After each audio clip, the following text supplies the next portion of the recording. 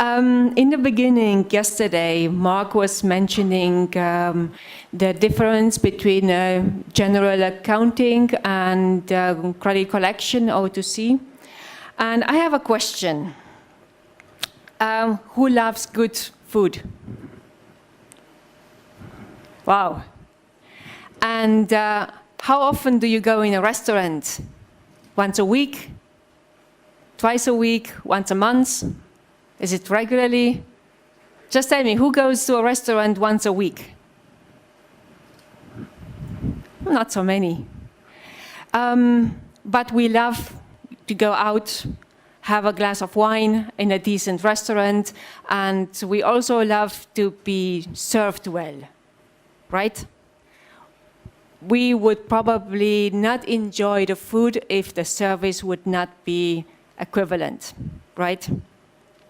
So what I'm going to do now is I'm going to take you into a journey to a restaurant. Actually, I gave it the name of Mark's Cafe. It's a lovely restaurant. Mark's Cafe is available for lunch and dinner.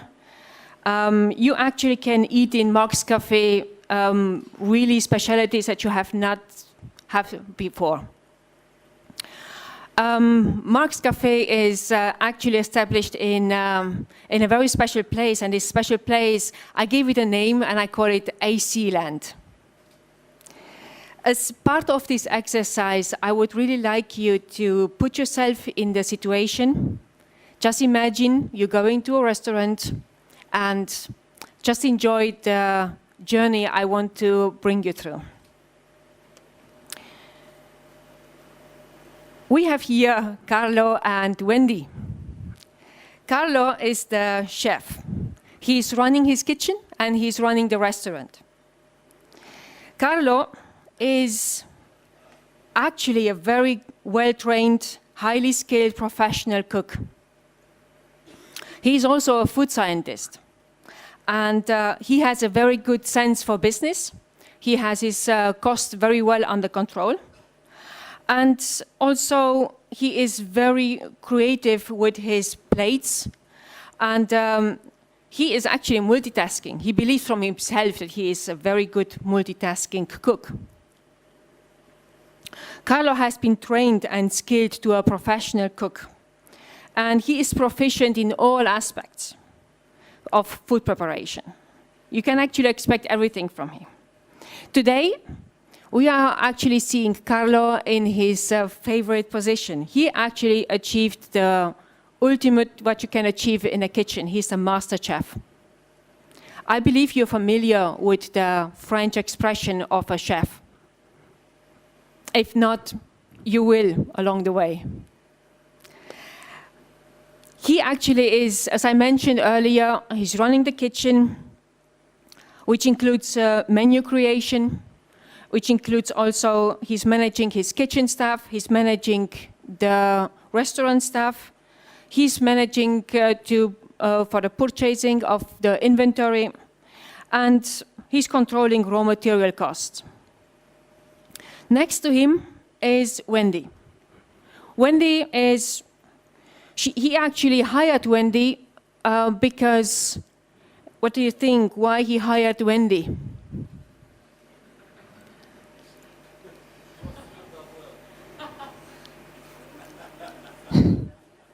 So what do you think? She's young, she's sexy, she's good looking, she's young, she's slim. She can actually serve the plates pretty quickly. It's not a big deal. Who cannot bring a plate to a table? I mean, she's young, she's eager to earn some money, so why not? And she's slim. She can move around through the table. It's very quick. Get them from the kitchen, bring the drinks. So it's not a big deal, right? Now, I would like to start with Carlo in his kitchen and tell you something about Carlo. In his kitchen, Carlo is directing the other chefs. Every other chef wants one day to take his place. Carlo himself, he had a journey of 4 years in his career. He went through the different stages of being a chef. And like other chefs, he was trained in all sections of a kitchen. Especially, he had obviously a senior that was guiding him through every single section. What do I mean with a section? Most professional kitchens, they follow the apprenticeship system, which he's following today as well.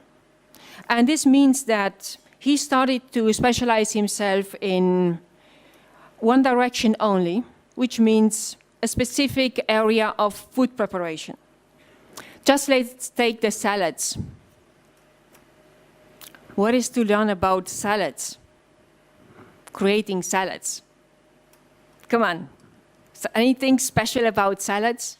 Well, actually, he spent 9 months only for salads, creating salads.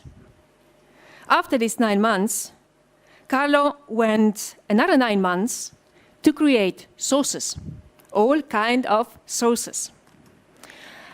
Sauces for fish, sauces for meat, sauces actually that we use a French word for dressings, for salads.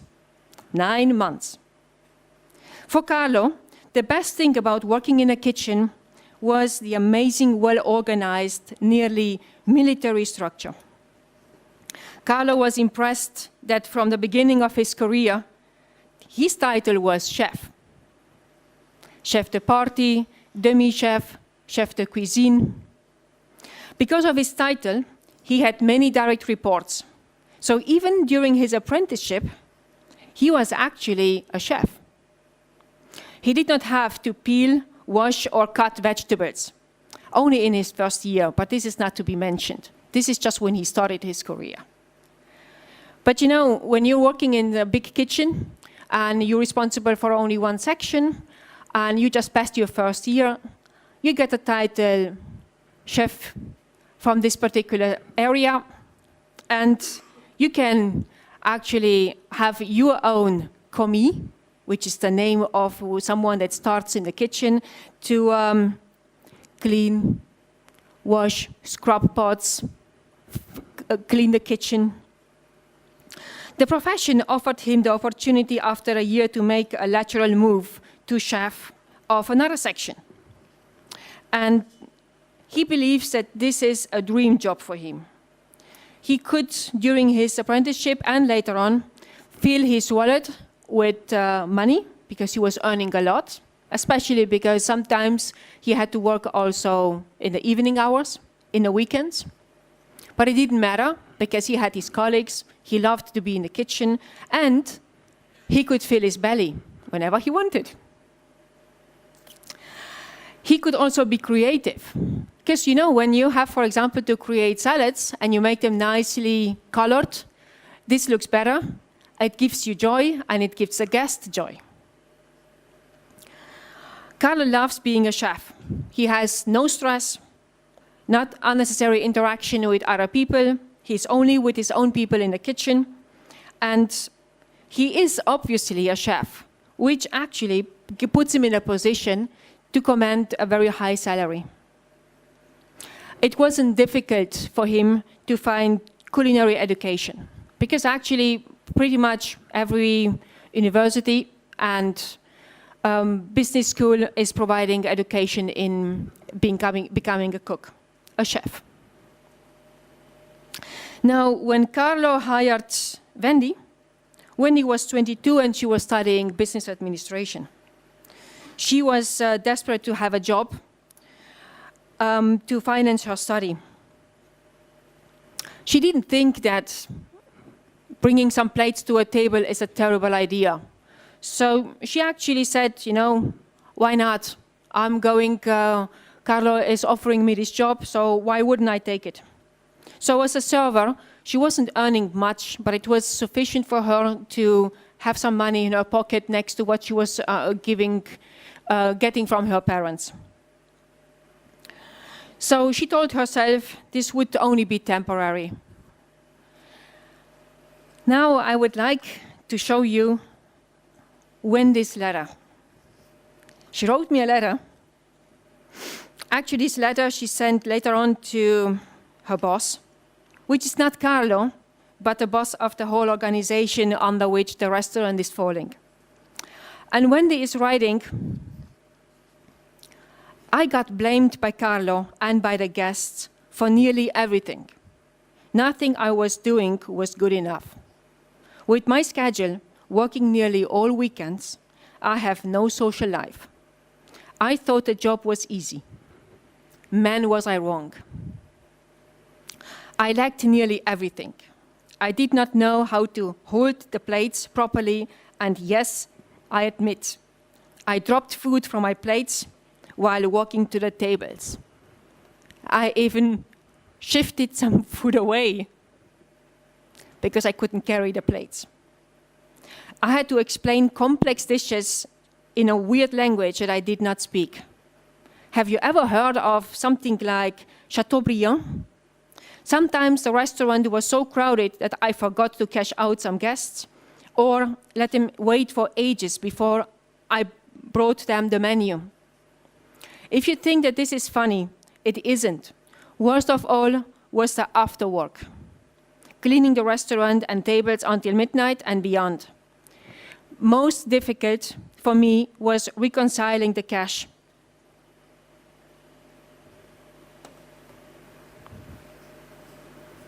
The cash register had to balance every day. You get paid by cash, credit cards, and other methods of payment that I have not even seen before, like traveler checks. I thought they were out. But nevertheless, at the end of the day, it has to balance. It makes you wonder why I stayed and did not stop working and get out of this stressful and sleep-depriving environment. I would answer that I enjoyed spending time with the cool people I work with. What I liked most was the instant feedback. Every night I walked home with money in my pocket based on how well I did that day. Okay, it's definitely not much, not even close to what the chefs in the kitchen make. But what other job do you know that doesn't require a college degree or any skills? There aren't many. Sure, there is always stripping. But hey, I have morals. One day, I was in a horrible mood, serving tables, ready to quit and never return, when someone left me a gigantic tip. For me, there was no better feeling. My concept of work changed, and I even neglected my studies to run more days in a restaurant and get more paid. I worried about getting stuck and wake up one day and figure out what I am meant to do with my life. So it was time for a change, and I read that Mark's organization revolutionized the restaurant industry and was providing employee education.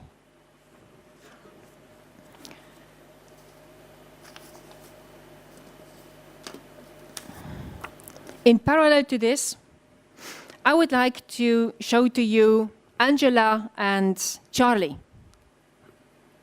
Angela is working in the back office of Mark's organization. She's also responsible for the financial side of the restaurant and other parts of Mark's organization. She has already completed her bachelor in business administration. And when she has been hired, she has been required to have general business knowledge, analytical skills, IT expertise, communication skills, and obviously customer service orientation. Now, 2 years later, she's studying to become in all aspects a trained and skilled financial professional that eventually will prepare the organization's financial statement. She will enter the report generation, maintaining the general ledger, and supervising some employees. This sounds a lot, doesn't it? But you don't have to worry, because it's exactly the same what the master chef Carlo was doing. She has her helper's helper. At that point, Angela decided that a generous salary, stressless work environment, and her free time with her friends was enough for her, and postponed a higher position as well as further education to a later stage. And therefore, 2 years later, when her boss proposed her to cover all costs for a CPA certification, she willingly accepted. I mean, it's the money of the company. I can spend my time 1 day a week for my study. It's my work time. It doesn't impact my social life. Why wouldn't I do it? She thought. Angela even believes that after some good years in this company, with her CPA certification, paid by her employer, obviously, she can work as financial advisor and interpreter, like the master chef in the kitchen. What a wonderful life, isn't it? About degrees in finance, you can find them all over the place, and I believe you know that. There is no difficulty to find education in finance. There are a lot of, even online, you can have information on and education for business administrative, MBA degrees, etc. Charlie is working in credit collection. Charlie started 3 years ago in Mark's organization and is a colleague of Angela. His boss is responsible for a whole O2C cycle, you know, the order to cash, and was looking for a quick fix. He needed someone that could call up customers and collect outstanding money. The simplest part of the process, he thought. So he considered Charlie to be a good fit because he had previously worked for a call center, for a phone company, and was proficient in German and English. So he fitted the job description, isn't it? He has the languages, he has the communication skills, he's good with numbers, and he has a call center mentality. Now to this, I have also a letter from Charlie.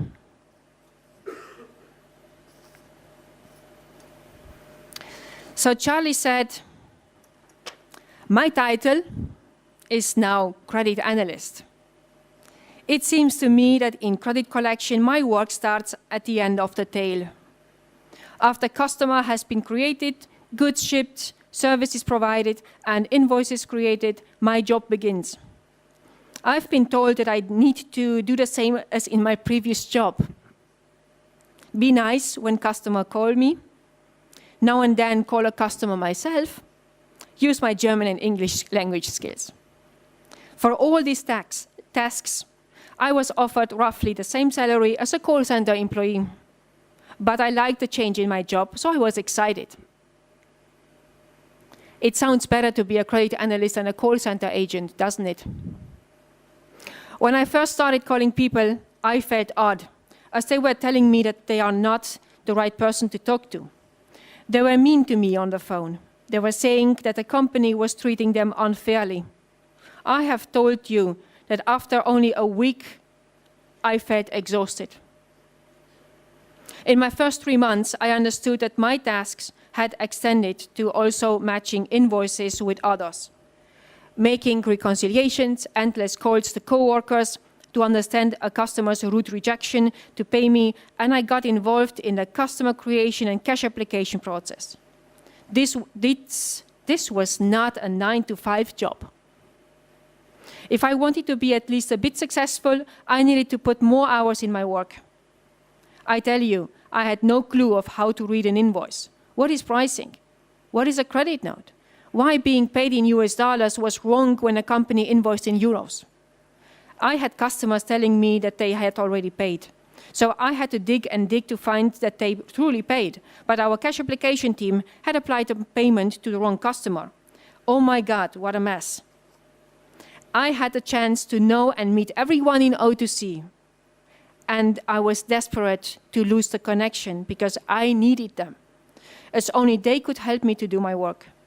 The incorrect address, incorrect price, incorrect applied cash, I needed to beg for help. You understand the real cause why a customer does not pay. Every week I was reviewing my aging list. Almost every week my manager will tell me that I need to focus on the special and annoying cases. Usually customers that require reconciliation work and lots of interactions with my colleagues. They have their own work and they do not want to help me because they don't care. I have to say that I have no education for what I'm doing, and the most frustrating part is that I have no time to get education. I'm absorbed in the different tasks and interactions with so many departments, and the fact that I do not know much, I spend time to figure it out on my own. This keeps me in the office until very late and kills my social life. On top of this, if I hear Angela talking, she earns 50% more than me, and she has no stress at all.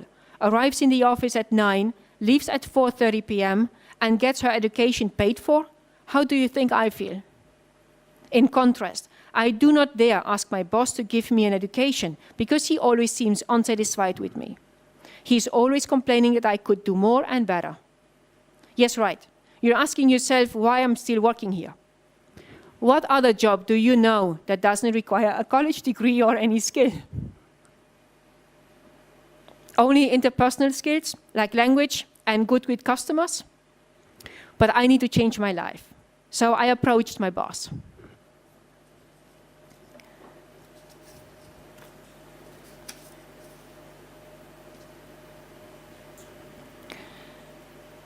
What this shows us is, and just to make a point of this analogy, credit collection has often been seen as a final resting place for employees. It was viewed as a place to simply place employees in something simple. When employees were hired for credit, business hired only for a very limited skill set, like, as I mentioned, good on the phone and languages. Was it any wonder that the pay was not high? Obviously. Why would it be? I mean, if you speak an additional language and you can pick up the phone and call a customer, why do you need anything else? It's enough, right? When we would like to hire someone in general accounting, what are we requiring? We are requiring quite a lot of skills. We need them to know how to use Excel, right? We also need them to be able to communicate the numbers. We also ask them for customer service maintenance and also having a bachelor degree, definitely a basis education. What do we ask when we hire in credit and collection? This is pretty much the basic, isn't it? Customer service minded, communication skills, analytical skills came on top, and obviously languages. What additional skills do you think will balance the two sides of the circle to have a good O2C? What would that be?